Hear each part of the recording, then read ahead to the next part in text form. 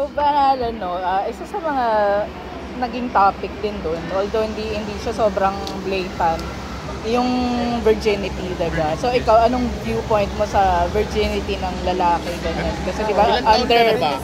27 na po ako, pero magta-30 na rin sa in a few years. Pero like, ako kasi, like, I grew up po talaga with a religious family. So, naniniwala po kasi ako na you have to really do it, like, after marriage.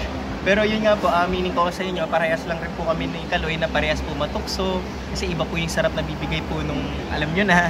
So yun po, natutukso rin po. Kahit na ayoko po, hindi ko rin po siya mapigilan na makipagtalik kahit hindi pa po ako kinakasal. So feeling ko doon po ako nakakahugot dahil same challenge po kami ni Kaloy. Gusto namin ng one girl lang or to marry muna before we do it. Pero same kami na may urge or may gigil or may libog na hindi po namin mapigilan. Madalas kang mag-shake. Nung bata po. Kaya aminin ko nung bata po. Nung bata. Yes, nung bata. Yun po yung way ko to release my libog. Kasi nga po, ayoko nga po to do premarital sex. I lost my virginity when I was in college pa po. Pero sure ka naman wala kang nabuntis or something? Wala naman po siguro. Wala pa naman pong humahabol. May naging encounter ka na ba sa yung altar? Yung babaeng may altar, gano'n? Ano pong babaeng may altar? Yung mga parang yun doon, yung mga naka-maskara, yung... Do we say alter ego pag iba po siya sa pag-aarte? Iba po siya sa artista, tapos pagdating po sa personal life, ibang-iba po siya? O hindi, kahit hindi artista. Wala pa po artista pa lang po talaga yung parang iba po siya umarte, pero pagdating po in person, in real life niya, parang ibang tao po.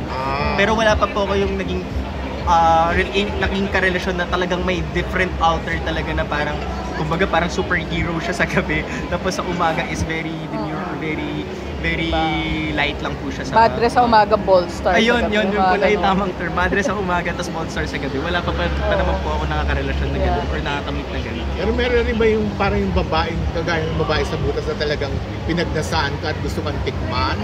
Ginawa ang lahat? Meron naman po.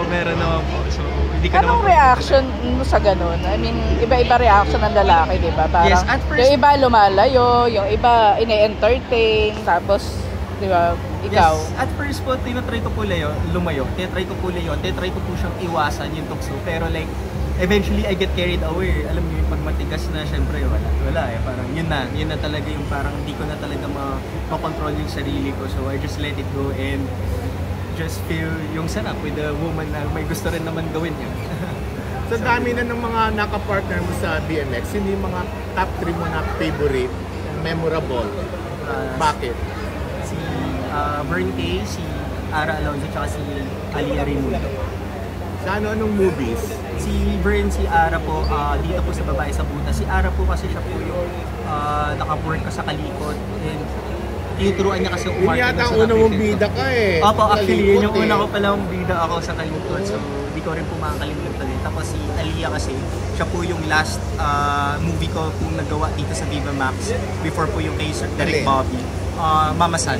Hindi pa nag-streaming yun. Hindi pa nag-streaming. So, parang di ko siya malimutan kasi po, nakikita ko na po yung changes na parang dito po sa Mama San, marami na po natutunan, marami na po experience. So, parang ang sarap na po siyang gawin compared dito sa una yung kay Ara sa Kalikot na medyo full of pressure, full of fear, full of insecurities. So, nakikita ko po talaga yung differences niya.